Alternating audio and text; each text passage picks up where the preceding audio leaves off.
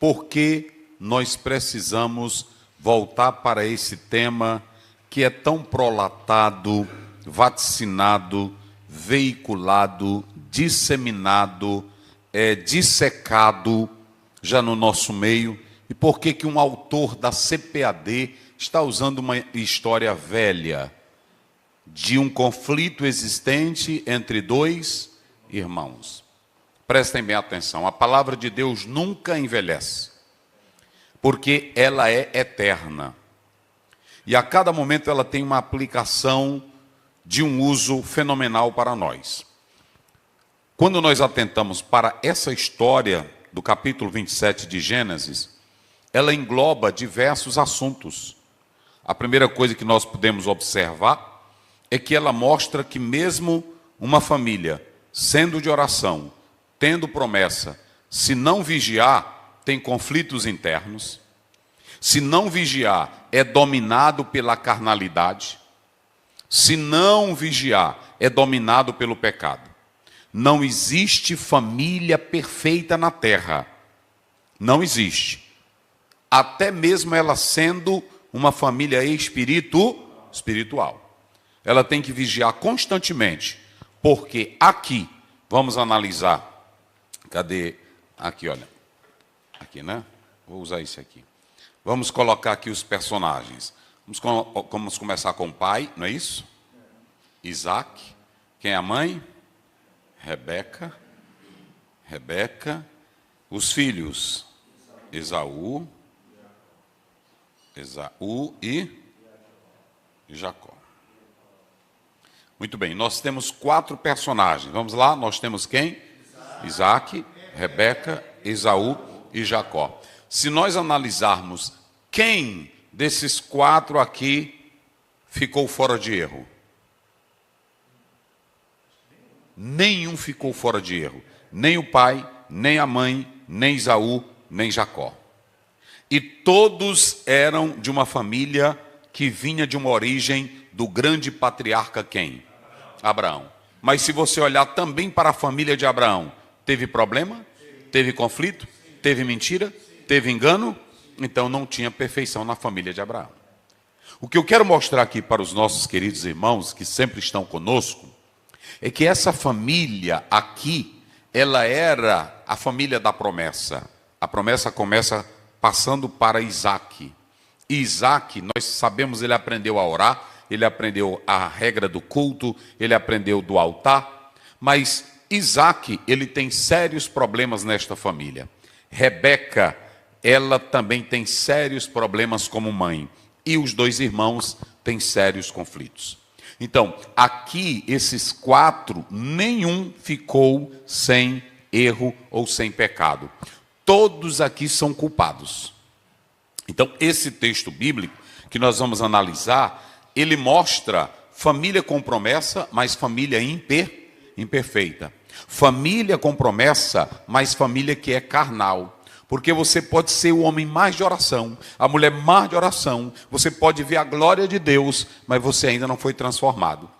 Há uma luta interna dentro de nós, e que qualquer coisa, é por isso que a gente tem que fazer o que Jesus disse em Mateus 26:41, vigiai e orai. Porque às vezes, na falta da minha vigilância, uma fala pode complicar, uma decisão pode complicar.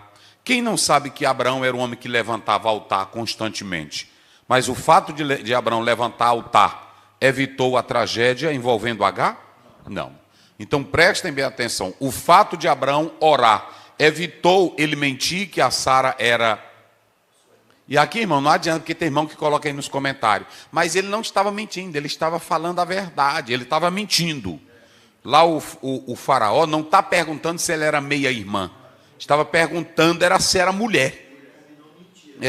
Então ele tentou encobrir, ele tentou fazer uma mentira como se fosse verdade. Então eu só estou mostrando aqui para os senhores e as senhoras, é que essa família aqui, ela não era perfeita.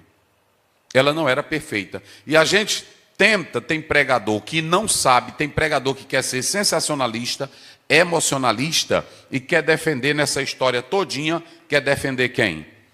Quer defender o Jacó. dizendo que ele não foi enganador, que ele não foi suplantador, que ele não foi nada. Vou falar tudo isso.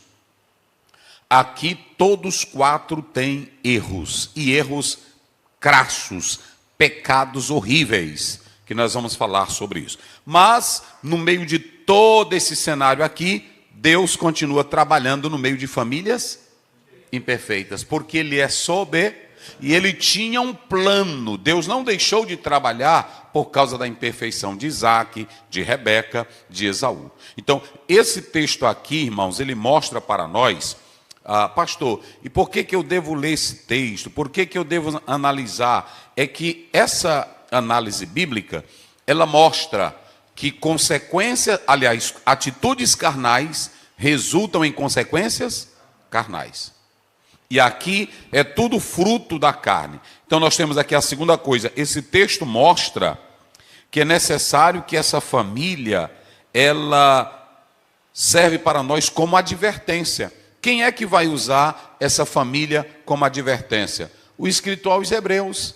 Lá no capítulo 12, verso 16, 17, ele usa a figura de Esaú como profano, como mundano. Então, ele pega esse exemplo familiar e mostra que quem é profano, quem é mundano, quem não liga para as coisas de Deus, podem trazer sérias consequências para as suas vidas.